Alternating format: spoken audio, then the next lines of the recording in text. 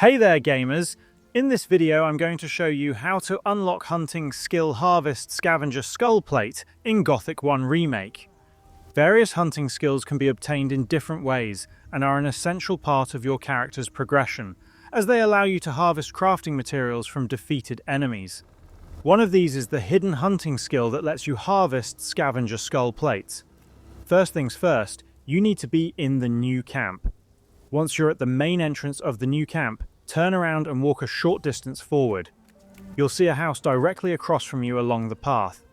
Head inside the house, and you'll find the bestiary of Corinus sitting on a table.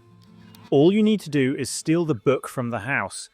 Now, bring this book to Cavalorn at this location. If you don't have a map yet, we have a video on the channel showing how to get one, so make sure to check it out. Once you give the book to him, a new dialogue option will appear where he'll ask if you've read it.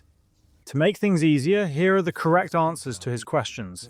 Scavengers are armored along the upper part of the spine. Their skulls are hollow to amplify their calls.